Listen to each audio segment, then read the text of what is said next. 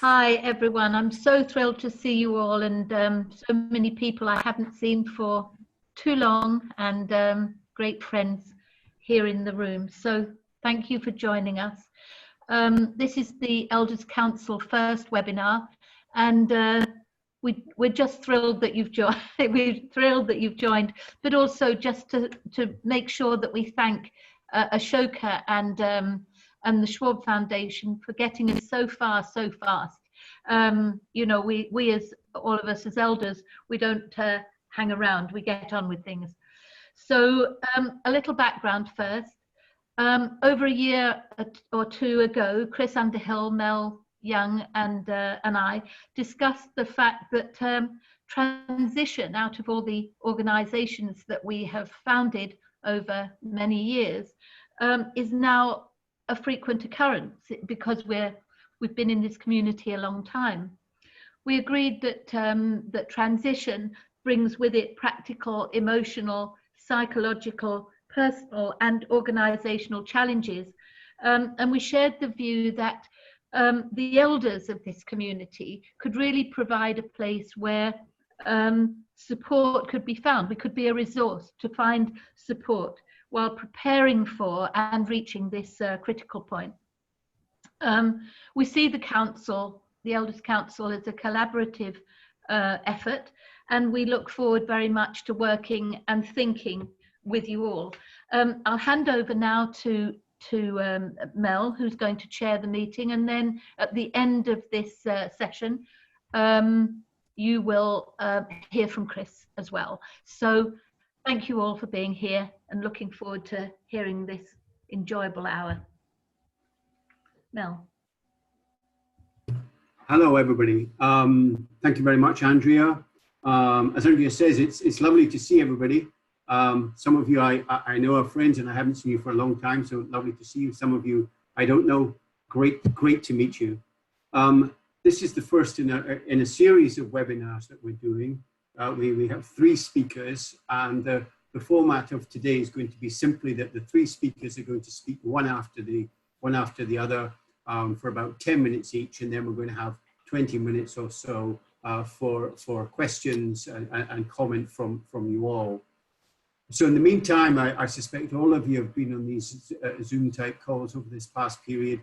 If during the talks, if you could put your microphones on mute, comment on chat, and we'll try and come back to you on those after the presentations.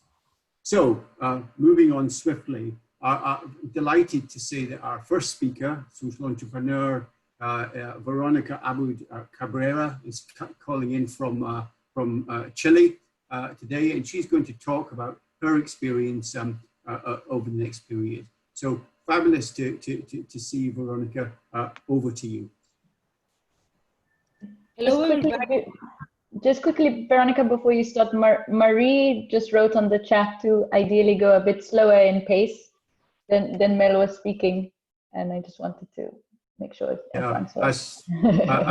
Thank you, Mika. Yeah, us people from the UK need to understand that, including myself. So I reprimand myself there. Yes, I promise to speak slower. Thank you, Mika, for pointing that out. So, Veronica, over to you again. Hello, everybody. I really don't see many people that I know. I'm from Chile, and I got my social entrepreneur from Schwab Foundation in 2009. My work basically, well, first of all, I have to say that should I stay or should I go is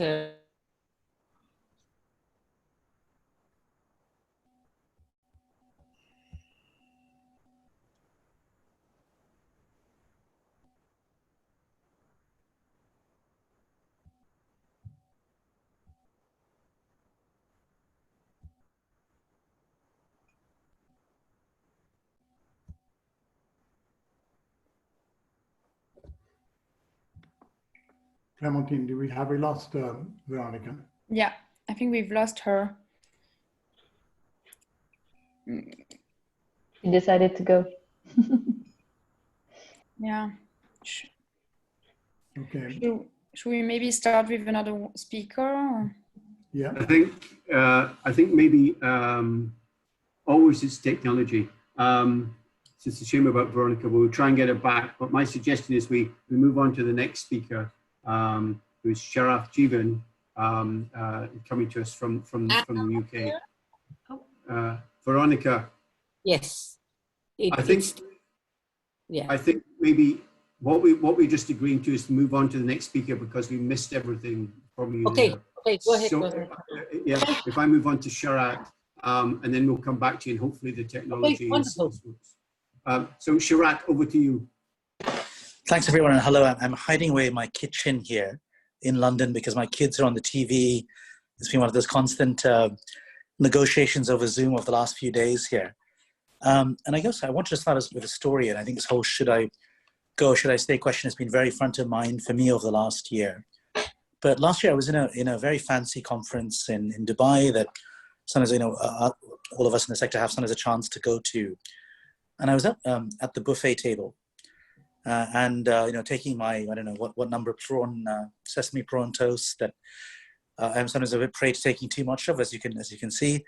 And I was wondering why no one else was there. It looked very, very empty. And looked around me a bit, tried to find my other colleagues, other social entrepreneurs that I would normally expect to be in the same area. I just couldn't see anyone. So I wandered around the conference center. And I suddenly saw a whole group of my peers huddled around a corner next to the ballrooms. And I was wondering, what was going on. And I went over to ask, and what it basically was that there was a funder, a donor meeting happening in a closed room over the last couple of days, and everyone was huddled around the area there. So as soon as people came out, they were ready to talk and to pounce, as it were, as well. And there was no moral superiority. I thought, my God, why didn't I know about this earlier? And I could have got a prime spot, etc. as well. But I think one of the things that really just struck me, and I think it stayed in my subconscious for quite a while, I saw many of my role models in the sector in that same area, right, in the same alcove, many who'd been in the sector for 20, 25 years, and all having to play the same game. And I think it profoundly made me wonder, what am I doing actually, really? It was quite sort of, I don't know, how do you call it, almost, it was demotivating in many regards. And I know I'm a decent fundraiser. The organization I've been running for the last 8 years, we've raised over almost $25 million over that period. We know to work with many of the world's largest donors and foundations, and many have been incredible partners and made huge friendships and so on along the way. But it made me question, why is our sector so structurally balanced in a way that the power dynamic always seems to go this way around, even for leaders who've been so successful? And I think there was, in the back of my mind for quite a bit, there were some very practical reasons why STIR, I felt, was the right time to go.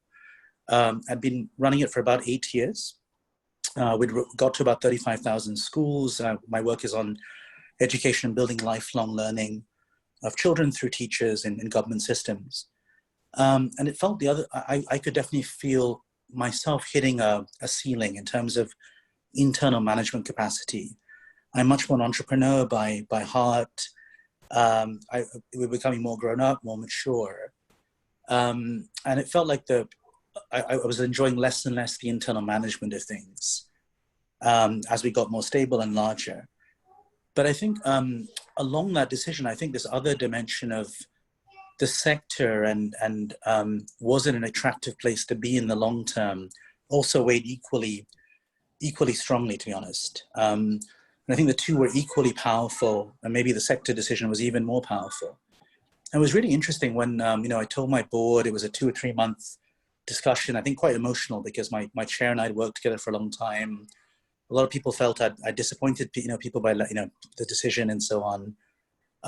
But we were in a good shape overall, so it was a good time as well. But interesting, when I talked to our close donors, and they were incredibly supportive, and everyone was very, extremely good through the whole thing. Many of them said to me privately, then, Sharath, although we're going to miss you, I think this happens much too rarely. I.e., we deal with so many organizations where founder syndrome is a real challenge. And we're really pleased in one way that you're almost signaling you believe the organization is strong enough to survive without you. And I thought just made me wonder just the sort of the trap I think we're getting into in the sector was, and I was at risk of getting into, where I think a lot of us as founders, we put so much blood, sweat and tears into what we do. But at the same time, I think it's not always clear what to do next. We know there's this founder syndrome issue. None of us we're all very smart people and very self-aware usually. But the question becomes, what is the next step? Where do I go from here?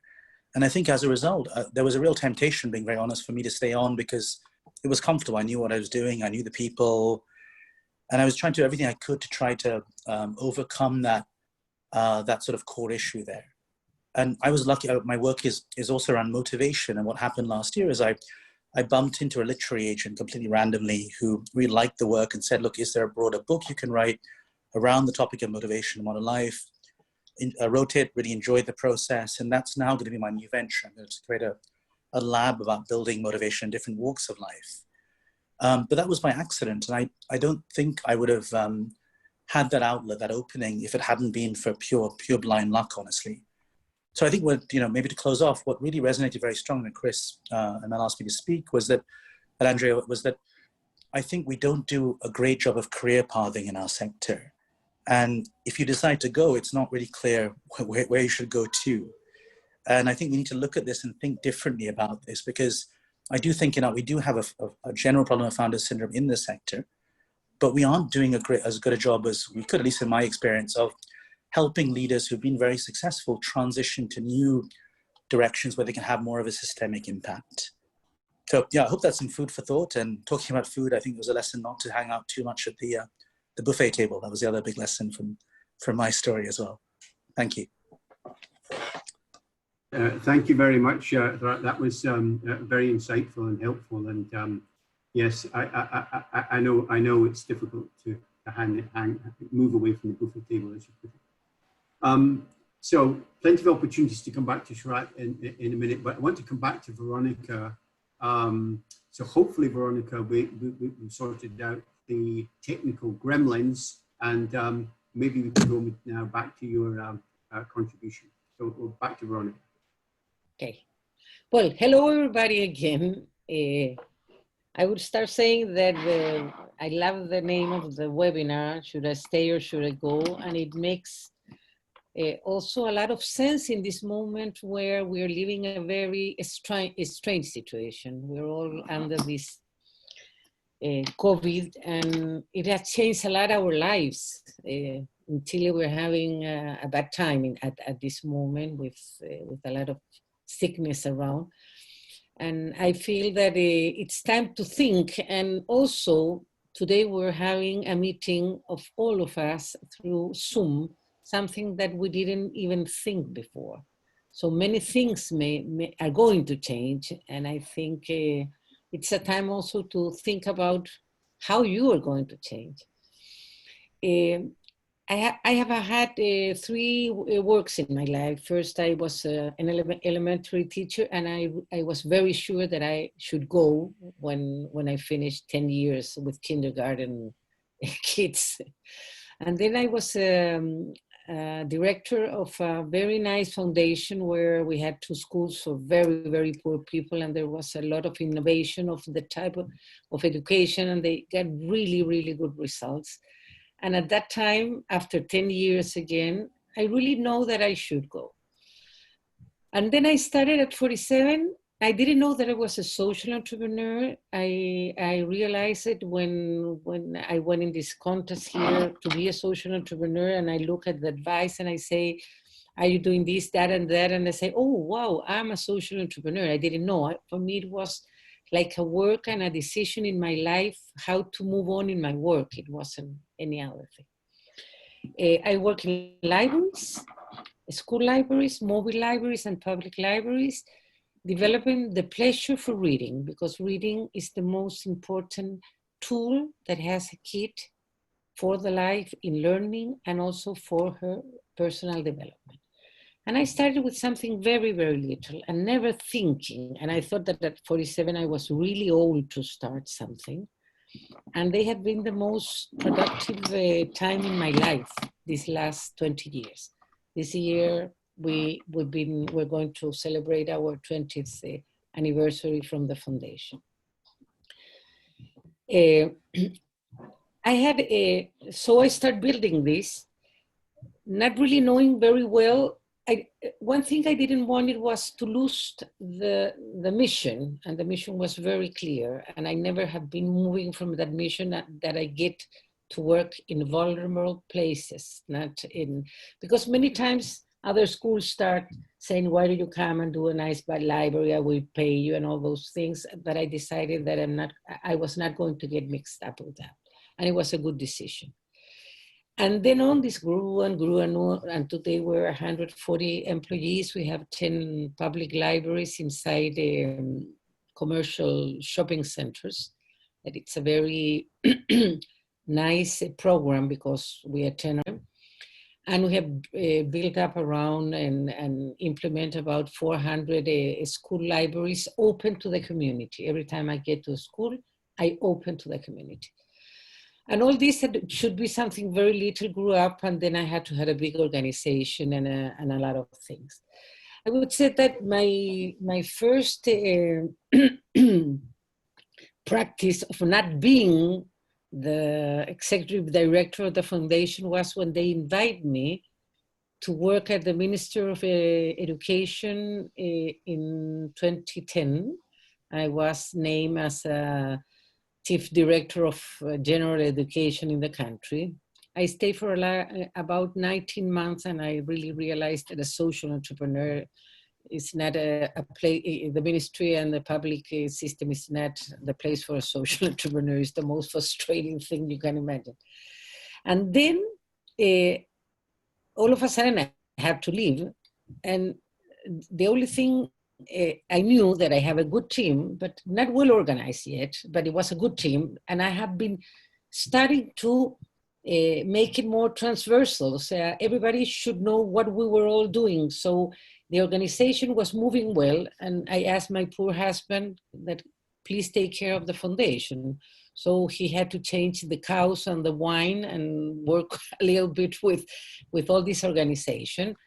And it was a good practice because when I came back, I really appreciate how we were working, what we have done, and I feel very proud how we were working. And then I got this scholarship in the School of Economics from Schwab.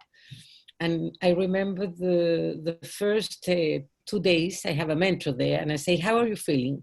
And I say, completely confused. And they say, well, that's the meaning of this. Get confused, completely confused. You have to start asking questions that probably you haven't asked. And one was, what is your succession plan? And I look at myself and say, why? Why? Because I think I look young, but I'm not young. Well, then I got back and I make a completely reorganization where I move on to an administration and a working with peers, and everybody must know what is happening. So I have a very good communication plan, and it started working really very well. And at that moment, when I was finished, I made a study of sociology with a university. I went on with a bonus from a financial bank, then go on through all my numbers and said how you are and how you're missing or what you're doing. And it was really good. And then suddenly I was sick. I had cancer and I had to leave again and that time was about 10 months. And that was from that one day to another.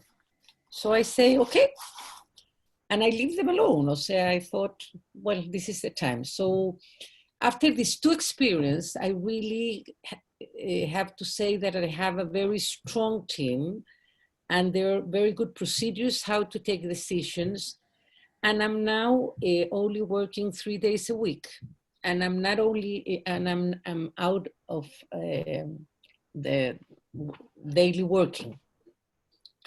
I am only in strategics and raising money. That's something very difficult, and it's difficult to move from that. So I would say that it's the first time that I don't know when I would have, what is going to be, should I stay or should I go? I know I have to go. In the other foundation that I work, the founder stayed till was 89, and I left when he was 75. And I say, and I was always thinking, well, one day she would move. She never moved. So, and then everything gets stuck. So that is the experience. And now we are familiar, the founders and my husband, my kids and myself.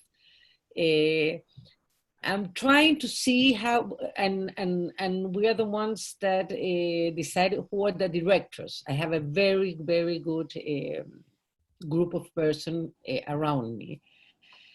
And I think that this COVID is moving me much more to get out. And having something like this, like having 1 or 2 meetings a week and making it worth and moving it in the right direction. And we're having good projects and long-term projects. That's something that it's something very important for the organization. And I want to enjoy more my grandsons, and I want to, and what I'm doing now that I think has been very good, and that was, I have to say that it was something that we talked with Chris when we were at Harvard.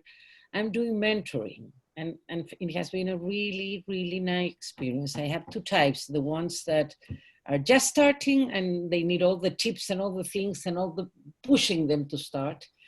And others that they're in the same situation, and we get together and say, let's see, we have a little group that we're all the same age and we're all thinking the same.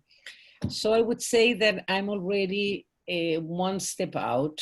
I'm already working less. I'm not in a day-to-day. And every time I'm taking more mentorings because I think it's something that really, really makes me very, very happy. But still, I'm staying and looking around the foundation. And I don't know if I'm going to be able to, unless I die, I imagine, to move out, because it's like having a kid and you're always the mother. So in some way you need to get connected emotionally. And I think that my connection finally is going to be emotional. And I would say that I rely in a good team that I have now. That is my experience till now. And this COVID has made me reflect in many, many things. How is going to be the future for us that we're in an age that better not to get this COVID in ourselves. Thank you, and that is my experience till this moment. Okay, Veronica, that's a fabulous story, and in many ways captures the essence of the title, Should I Stay or Should I Go? And we'll come back to you in a moment. I'd like to move on to... Excuse me, I'm so sorry to interrupt. I know that a couple of people can't hear the audio, and I'm not sure if there's anything someone at our end can do about it. I'm sorry to interrupt. We'll try and sort that. Apologies for anyone who can't hear. Just would like to move on to our 3rd speaker. It's coming from a different position, so not a social entrepreneur, Ian Pilving, who is an expert from the HR sector, from the business sector. Works for a company called HR Department, Edinburgh and Lothian, so based up here in Scotland. I've known Ian for a good while. And he is going to talk to us more from the business perspective, the commercial sector, and what their experience is. So welcome, Ian, over to you.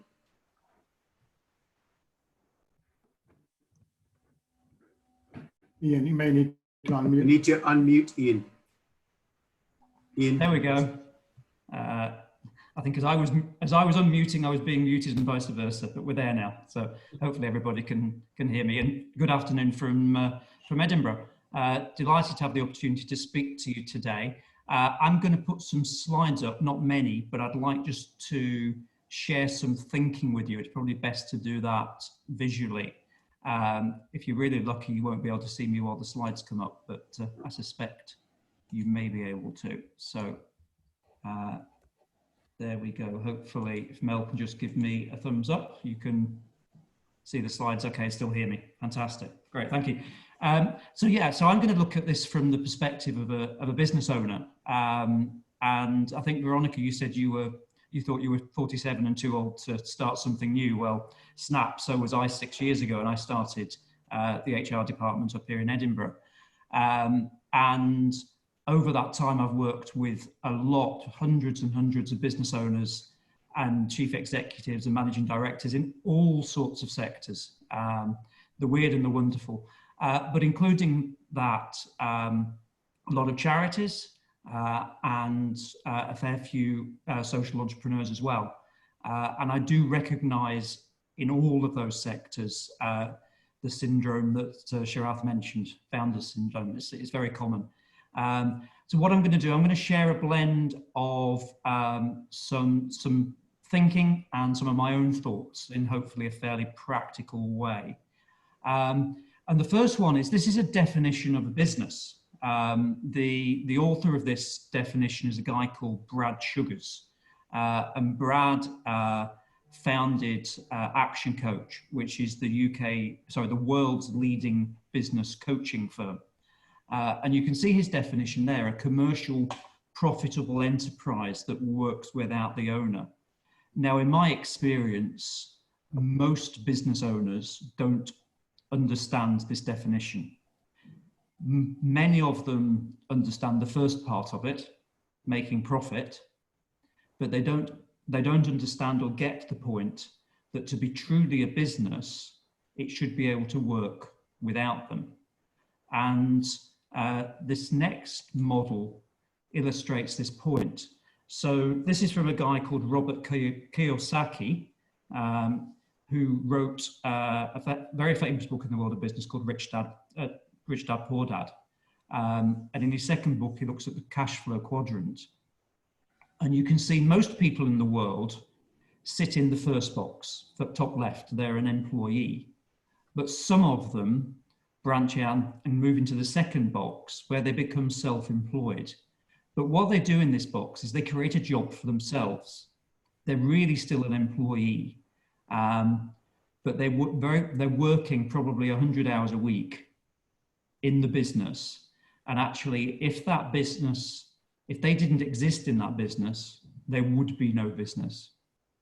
These are the businesses that have little value, that are difficult to sell. And typically, if they do sell, then the business owner comes with them for 2, 3, 4 years, because the business would not be able to cope without them until it's been systemized. Then you get top right, you get business owners who build a business that, just like that definition from Brad Sugars, will work without them. And then you get business owners who go, well, actually, I've done it once. I can do it again and again and again because I now know how to run a business. And they become the true entrepreneurs and the investors. Now, I have a slight issue with Brad's definition. And Brad's great. And actually, I use Action Coach for my own business coach. And when I was talking to my business coach about this presentation, after Mel spoke to me and asked me to do it, I said, look, I think there's a model somewhere. I think in my head, I've got one of these quadrants that I could create. I can't quite get it right. And he mentioned this one, and this isn't quite right either, because it misses something. And it's something that I know as social entrepreneurs will be key to your approach to business, and that's purpose. So I'm a massive fan of a guy called Simon Sinek. So if anybody hasn't come across Simon Sinek, he is a leading thinker of the 21st century in the world of business with a purpose. In fact, and here's a quote from Simon Sinek: people don't buy what you do, they buy why you do it. And what you do simply proves what you believe. So if I give you, Simon Sinek is all about purpose. And I had this before we started. His purpose, his why, is to inspire people to do what inspire people to do what inspires them, so that together, each of us can change our world for the better. Now that's business, but that's the sort of why and purpose that I know many of you would connect with. And Simon Sinek did a TED talk that has been viewed over 1 million times. It's one of the most viewed TED talks. And he wrote a book about it, and it's called Start with the Why. And this is what he calls the golden circle. And quite simply, he says, most businesses know what they do. Some businesses know how they do it, but very few businesses know why they do it. And those businesses that do, if that why drives their decision making, then they are likely to be more successful and to have longevity. And I'm going to give an example of that in a couple of slides' time. So what has all of this got to do with transition? Well, I haven't come up with a quadrant, but I've come up with 6 circles. I see in a lot of business owners fear. And there's a book I'm working my way through at the moment called Understanding Me, Understanding You. And part of the central premise here is we all, at the core of our being, have fear of being alone, fear of insecurity. So many business owners experience another syndrome, imposter syndrome. And they fear that the whole thing will suddenly go away, it'll collapse. So they've got to keep working. It's a fear of failure drives them to keep working. Secondly, they don't get the Brad Sugars thing, and they only work in the business. So they've created a job for themselves. Their business won't work without them. So they just have to keep working. And the third thing is they've got no long-term vision. There is no exit plan in their mind. They haven't thought about that. The business is their everything. So these people find it difficult to contemplate transition. And when they do eventually transition out of the business, it's often on bad terms. It may be a hostile buyout. It may be ill health. It may be a split within the family for a family business, but it rarely goes well. At the bottom here, I also think fear and excitement are two sides of the same coin. Where I see business owners who've kept that initial excitement of their business, the passion that brought them into starting that business, that's still there. So they've not fallen out of love with their business. Where they have a clear purpose, so their business serves a higher goal. They have a just cause, as Simon Sinek calls it. And they have a long-term vision that's driven by that purpose. These people are more likely to transition out of their business into something else that is still connected to their core purpose. Now, it's not guaranteed, because they might still have the passion. They might not want to let go of their baby, as Veronica called it, but they're more likely to transition successfully. Now, there are some great examples. So what do these 4 businesses all have in common? I haven't got time to tell each of their stories. Simon Sinek does that very well in his latest book, The Infinite Game, which talks about business not being a competition that you win or lose, but actually about having a just cause and following it. And no, I'm not on commission, by the way. I've never met the guy. What these 4 businesses have in common is that their founder had a passion and a purpose, and that drove the business for a long way.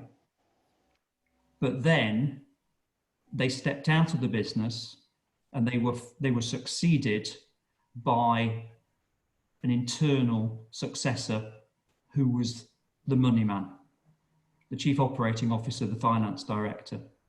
And suddenly the purpose was lost, and it was a pursuit of wealth and serving the shareholders that took over. And in each of these cases, that led to a lot of trouble for that business. And Apple, we all know that Steve Jobs had to step back in, for example. Kodak that I mentioned, Kodak was formed with a passion to take photography away from the specialist and give it to the masses and empower the masses to be able to take photographs. Kodak still exists, but it's solely a specialist provider to professional photographers because they lost their way.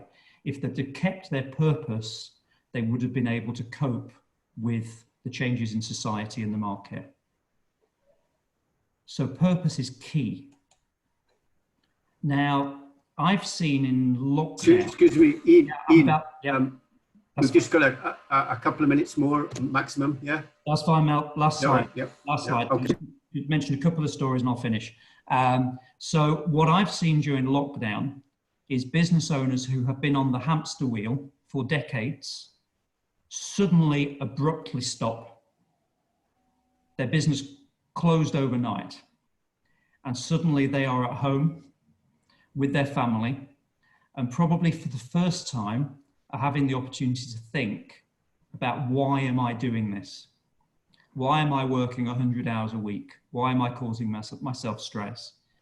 And I'm hearing business owners in that position, either in family businesses, multi-generational family businesses, where the founder's still alive and the kids are in the business ready to take over. So the business owner is maybe in their 50s, 60s going, maybe it's time to step back, do some mentoring, do some business support, but get out of the business and get out of the way. I've also heard another client who's much younger, but again, was starting to suffer from founder syndrome, now has a lockdown baby on the way. So lockdown is proving an opportunity for people to think about what's my core purpose in business and in life, and how can I transition out of that and follow my purpose to somewhere else. There we go, Mel. That's me done. I will stop share and hand back to yourself. Thank you very much, Ian. I always hate interrupting, but we only have an hour today. But thank you very much for that. Insight into the business community, whole issue about purpose, and of course that resonates with all the people that are on this call, because that's what we're all about, is our purpose. Now, the three speakers will have stimulated some thinking. A lot of us on this call have been through this transition point. Any questions or comments? I see we have one question already from Nancy on the chat. So either there's a little hand you could see that you could raise if you want to say something, or ask a question in chat. But maybe if I could go first to Nancy, and maybe you could just say aloud your question, and then others could comment on that. So Nancy, over to you. Great, thanks, Mel. I was just thinking about this question of either or, shall I leave or shall I stay? It seems that it's a decision that so many of us make, or I think we have to make. And I just wonder how we might explore some ways that could be a middle ground.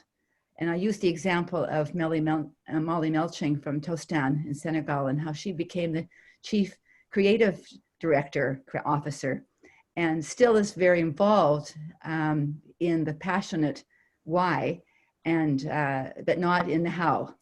And so I just thought that that might be interesting for people to think about that, how it doesn't have to be one way or the other completely.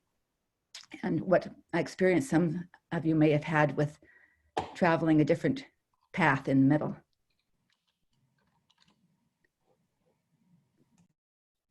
Mel, may I respond to Nancy? You may. Please.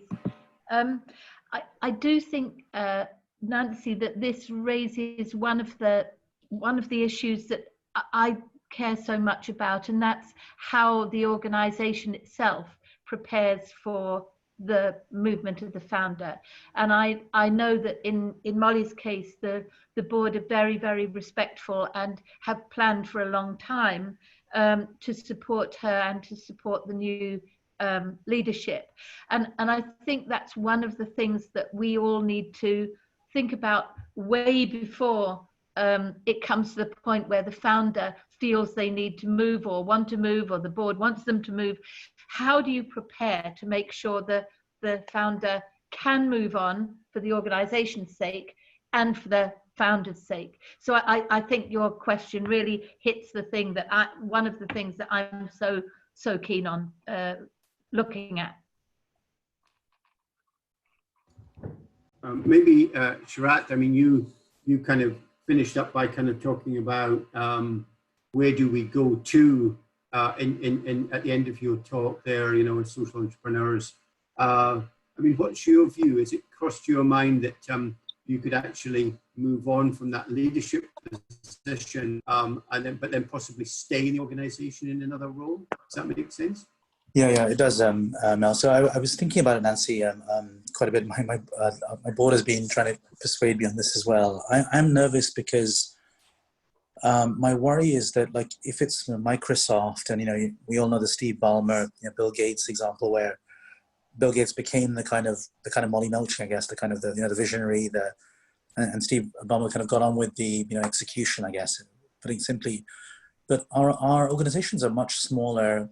Often they're associated with a face sometimes, So Tostan always had, that sort of idea. And I think I've been asking myself really, can I let go enough in that situation to allow the other person to really drive it fully?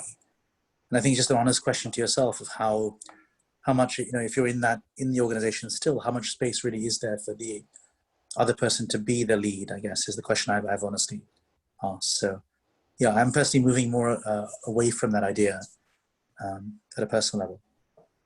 Yes, I think it's a very difficult one, because it comes down to the individual personality and the relationship with the organization. So I suspect there's no right answer here. Do we have another couple of questions from anybody? There's a couple on the chat, Mel. All right, got it. Yeah, no, I see one from Sergio, linked to Paradigm, three-phase life. Sergio, do you want to come in? Sure. Thank you for creating this room today, first of all, and thank you for the 3 talks in 3 different what I'm just making a provocation here. I've been working for a few years, 15 years with longevity, and one thing that I've learned is that there is a great paradigm, which is we are still living under a culture of a 3-phase life, as if we would die up to 40-year-old. So we would grow, study, and then be adults, raise our family and work.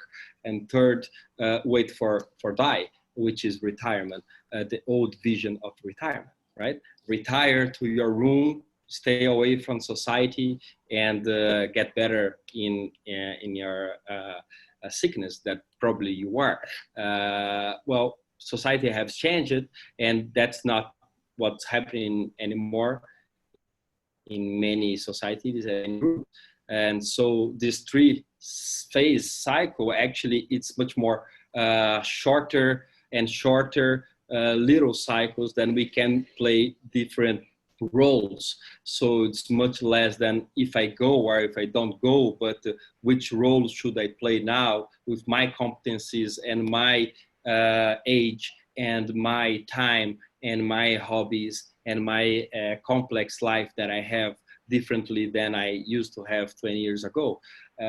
So then it's as I like a lot Simon Sinek in a way that we should always be conscious of what is our best to give and what are our limits. And then we change the discussion on what are the new professions, or what are the new ways of really getting the best of people that are 60 plus, 70 plus, differently than the roles that we have designed for people that are 40 less. The roles that we have nowadays were designed for people that are 40 less. And then we keep making little shifts and little ways to insert one or another person, but not to really include millions of people who are 60 plus and able and willing to join the discussion and work and really getting along to people. So I think maybe we could, I would like to hear from Veronica in the way that she changed her ways of life in her different life. How does it sound like? Thank you very much, Sergio. I was going to bring in Veronica. I think you'd almost be the perfect person, given your great presentation, to kind of take up that point from Sergio. So I'd be very interested to hear what your view is. Sergio, I have to tell you that I realized that my cycles were 10 years when I moved from my second job. And I didn't want it really to find myself in a way that there were things that I didn't handle. And when you have a job and you're an employee, it's very different, because when you're the founder, in some ways you're able to make different things at the way you think is better, and that makes you much happy. But I thought that at 47 I was an old person to start with something, and I was very I didn't realize in what I was getting in. But I knew that I wanted to work with vulnerable people, that I want to work in reading, because as a teacher I knew what I wanted to do, but I didn't know how I was going to do it. And an older person that then was a director of the foundation told me, why don't you do a foundation? And my first answer was, because I'm not an important person. And I say, but why? Well, because important person have a foundation, not me. And all of a sudden he say, don't worry. He was a very important man here in Chile. Say, go ahead, let's make a foundation. You'll be the president and I'll be the vice president. And I say, wow. And then after I look that now, I was really thinking that making a foundation or working in a way like in a non-profit, it was something that you need to have money, that you are very rich and then you decide to go and move on. But what I decided after working in the other foundation is that what you need to be is the bridge between what a company want to do and you can make them for. So that's why when people say, but where are your funds? And I always say, I don't have funds. I just have to go and move on and get them and convince people that what we're doing, in some way, selling the idea. And once you sell it, they become your partners. So, and I'm very, and I understand you very well. When I had the cancer also, it makes me feel I had to really rethink. It's a situation that you rethink a lot about how has been your life on. And then I realized that I have had such a good time and I was so passionate what I was doing. I was having, and we were making very nice things and good things. And then I say, why I felt that I was old at 47. And now today when I see a picture of my first, the first pictures when you inaugurate a library, say, oh, I wish, I feel so young about it.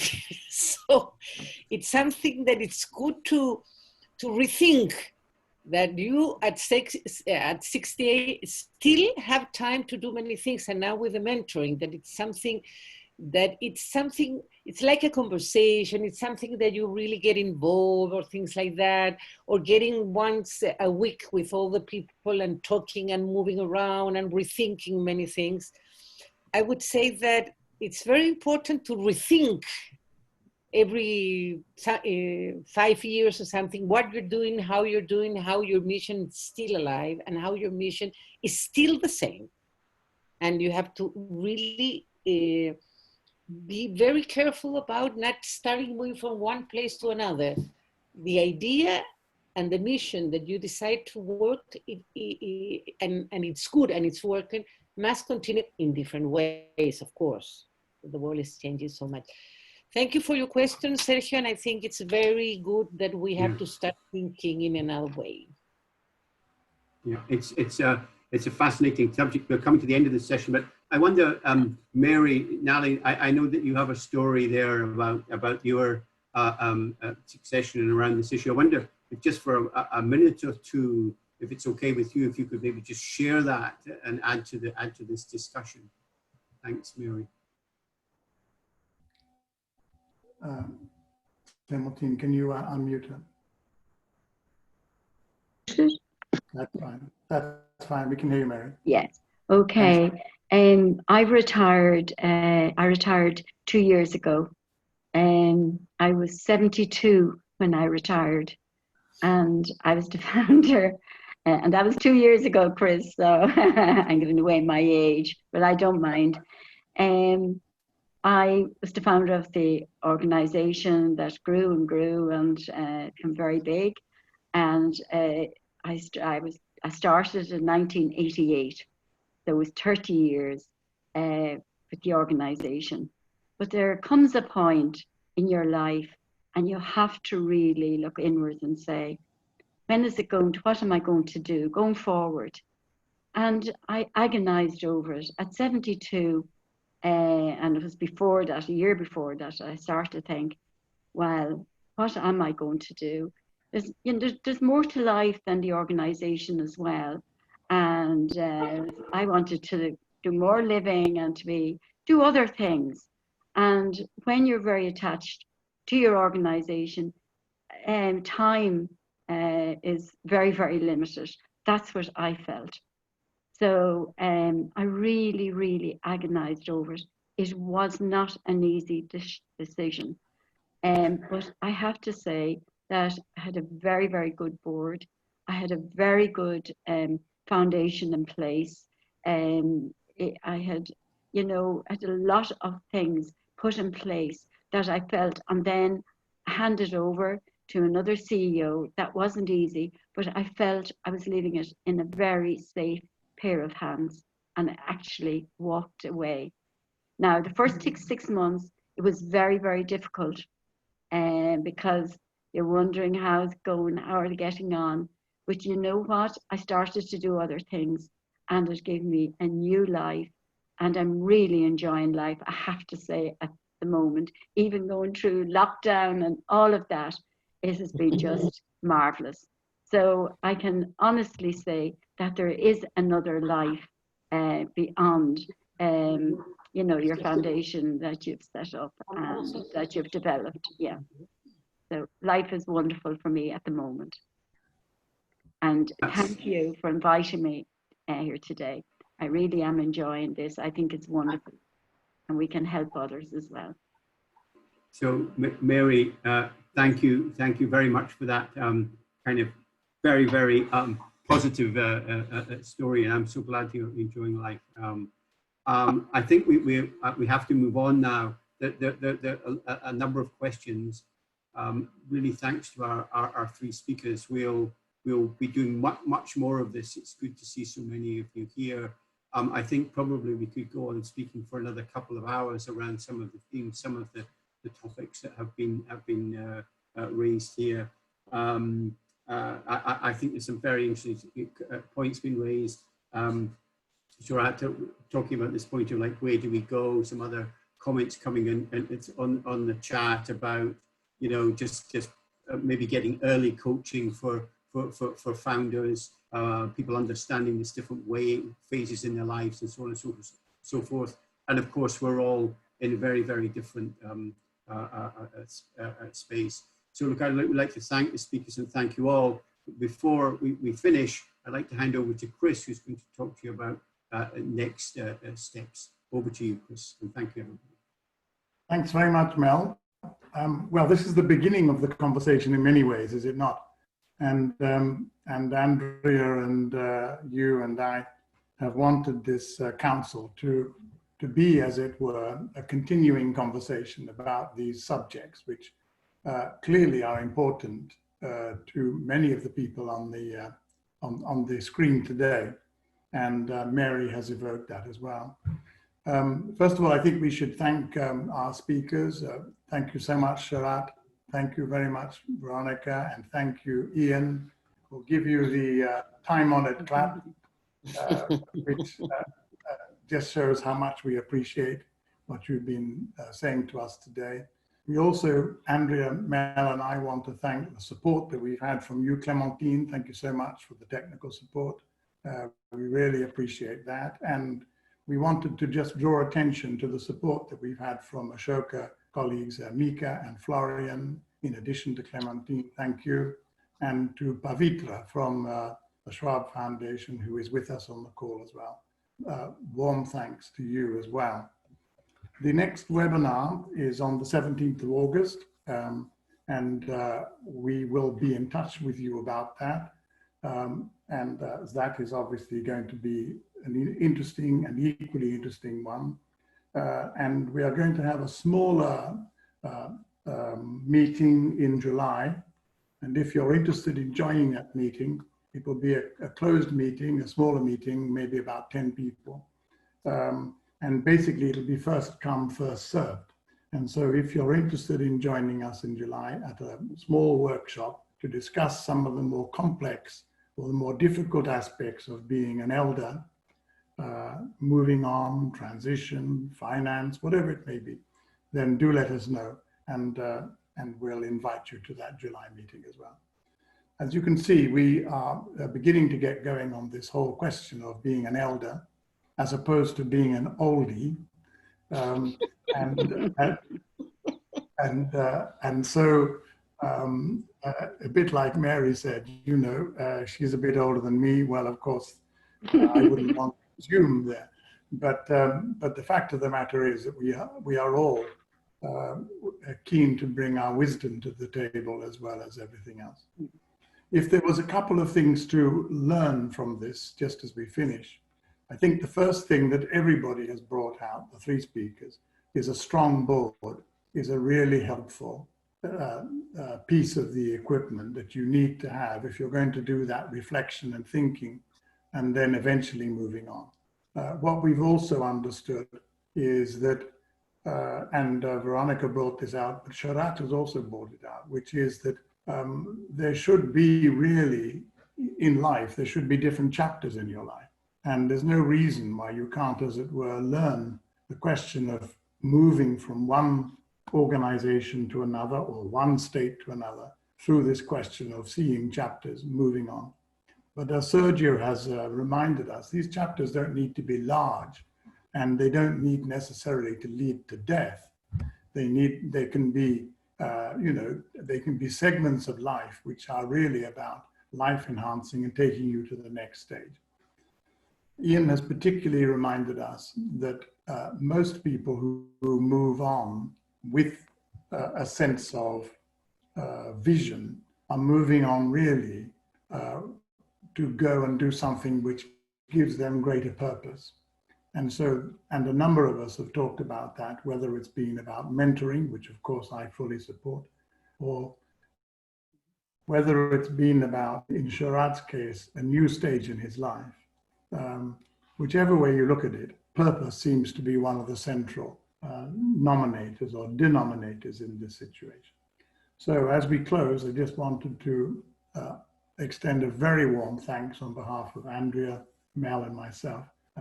And thank you so much for attending. We look forward to your comments. We look forward to your emails telling us what you'd like us to do to improve and what subjects you want us to cover and so on and so forth. All communication most welcome. Thank you very much, and we'll be in touch.